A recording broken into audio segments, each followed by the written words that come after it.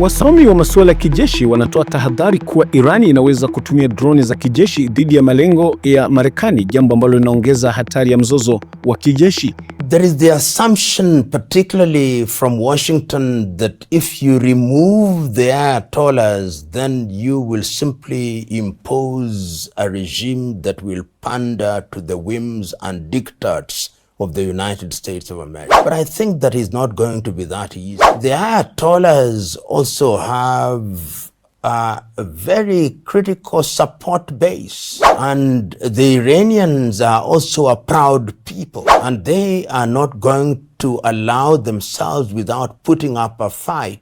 Wakati huo Hezbollah ya Lebanon inasema iko makini kuhusu hatari ya mwitikio dhidi ya tishio la Marekani, jambo ambalo linaweza kushusha mzozo eneo zima la Mashariki ya Kati. Wa amama al-udwan alladhi la yufarriqu bainana nahnu ma'niyun bima yajri wa mustahdafun bil-udwan al-muhtamal wa musammimun ala ad-difa' sanakhtaru fi waqtiha kayfa natasarraf tadakhulan aw adam tadakhul أو بالتفاصيل التي تكون متناسبة مع الظرف الموجود في وقتها لكن لسنا حياديين.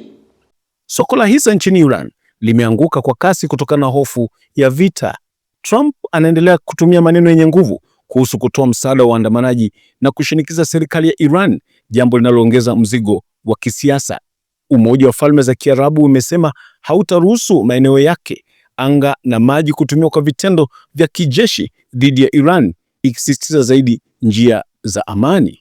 Teherani pia imekanusha matamko ya Marekani dhidi ya upangaji wa mashambulizi, ikiita hoja hizo ni sehemu ya kukuza mvutano. Historia ya uhusiano huu imekuwa ndefu na chungu, ikianza kabla ya mapinduzi ya mwaka 1979 na imekuwa na vipindi vya mzozo hatari mara kwa mara. Na hiyo ndiyo hali halisi ya leo duniani.